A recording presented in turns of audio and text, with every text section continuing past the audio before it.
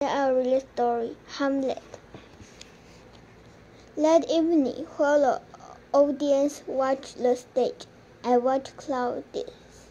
At first, he showed little interest in the story, preferring to whisper to my mother and kiss her finger in a way that filled me with loathing. But gradually, the skill of the player won his attention. At the end of the first sense, exactly according to my instruction, the actor playing Duke Gonzago lay down asleep, and his nephew Lucinius, played by the actor who resembled Claudius, crept up on him and poured poison into his ear. Even though the light in the hall was dim, I could see the deathly pallor of Claudius' face as he watched these scenes. His eyes grew troubled, and he raised a trembling hand toward the stage. I knew then that I was gazing at the face of the murderer, and that everything the ghost had told me was true. "No!" Claudius cried out, springing to his feet. "Light, bring more light!" But all the torch in the world would not light the darkness in his mind. His never failed, and he hurried from the hall. Mother made me to follow him, but I stopped her at the door. "Do not delay me. I must go to the king," she said. "Something is wrong, and I know what. I told her. "I must talk to you. I will come to your room in an hour. Make sure you are alone and tell no one of our meeting."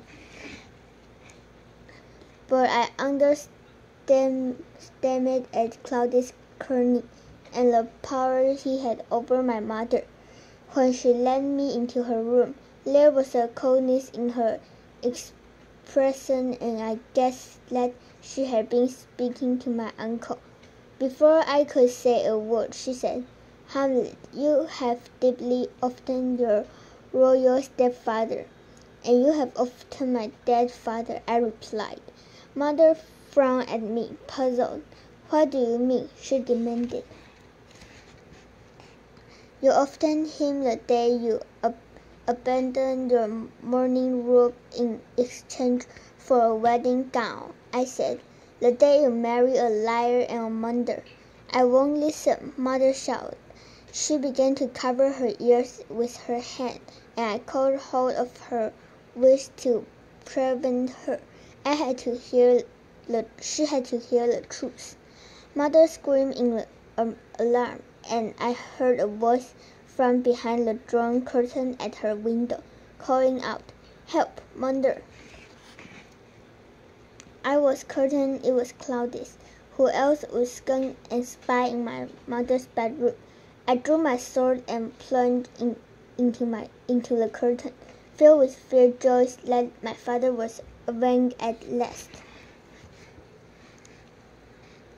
But it was the body of a Lord Polonius that tumbled into the room. "I had killed an innocent man." "You meddling old fool," I groaned. "What were you doing here?" "Following my orders," said a voice.